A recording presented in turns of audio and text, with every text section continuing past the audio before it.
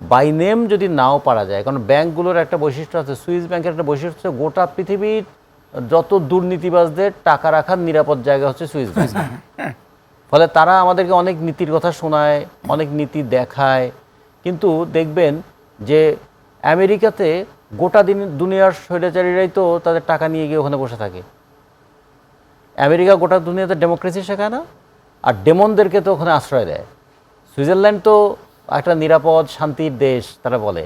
কার জন্য শান্তির দেশ? টাকা পাচারকারীদের জন্য শান্তির দেশ। ফলে তাদের জন্য নিরাপদ ওই টাকার নিরাপত্তা মানুষের জীবনটাকে নিরাপত্তাহীন করে, মানুষের জীবনের সুখ শান্তি সমস্ত কিছু নিংড়ে নিয়ে একদল দুর্বৃত্ত টাকা নিয়ে গেল এবং ওদের ব্যাংক বলল আমরা তোমাদের আমানতের নিরাপত্তা দেব। এই তো ব্যাংক। ফলে ওর কাছ থেকে টাকা ফেরত পাওয়ার কোনো উপায় নেই। আমাদের যেটা হচ্ছে টাকা যাওয়াটা বন্ধ করতে হবে। এখন টাকা যাওয়া বন্ধ কি? বাংলাদেশ থেকে বৈধ পথে আপনি $10,000 বেশি নিয়ে যেতে পারবেন না, মানে বিদেশে যাওয়ার সময়। জি। আর যদি কোনো 17টা দেশে আইনসঙ্গতভাবে বিনিয়োগ করার একটা মানে আমাদের বিধান আছে, বাকি টাকা যাওয়ার উপায় কি? বিদেশে যারা বিনিয়োগ করেছেন, কি ক্ষেত্রে বিনিয়োগ করেছেন? ওখানে কি শিল্প কলকারখানা করেছেন? ওখানে কি কৃষি জমি কিনেছেন? ওখানে কি কৃষিজাত পণ্য উৎপাদনের ব্যবস্থা করেছেন? এগুলো তো দেখলে বোঝা যাবে। কিন্তু টাকাটা সুইজারল্যান্ডে কেন? কারণ সুইস ব্যাংক একটা হিসাব দেয়, আমেরিকান ব্যাংক তো কোনো হিসাবই দেয় না, কানাডিয়ান ব্যাংক তো আমাদেরকে হিসাবই দেয় না। কানাডায় বেগমপাড়ায় যারা থাকেন, ইভেন মালয়েশিয়াতে সেকেন্ড হোম করে যারা থাকেন, তাদের হিসাব দেয়।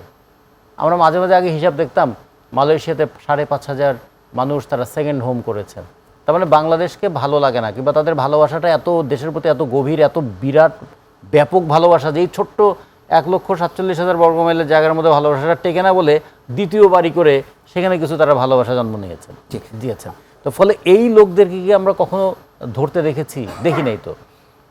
ফলে গোটা দেশের একটা সামাজিক মনস্তত্ত্ব তৈরি হয়েছে যে যেভাবেই টাকা জোগাড় করতে পারেন না কেন, যে টাকা রোজগার করতে পারবে তার জন্য সব, সে দেশের ক্ষমতায় থাকবে, সে পার্লামেন্টে যাবে, সে ব্যাংক তৈরি করবে, সে ব্যাংক লুট করবে, মানে ক্ষমতা আরো ক্ষমতাবান হয়ে উঠবে। ক্ষমতা এবং টাকা হাত ধরাধরি করে চলবে।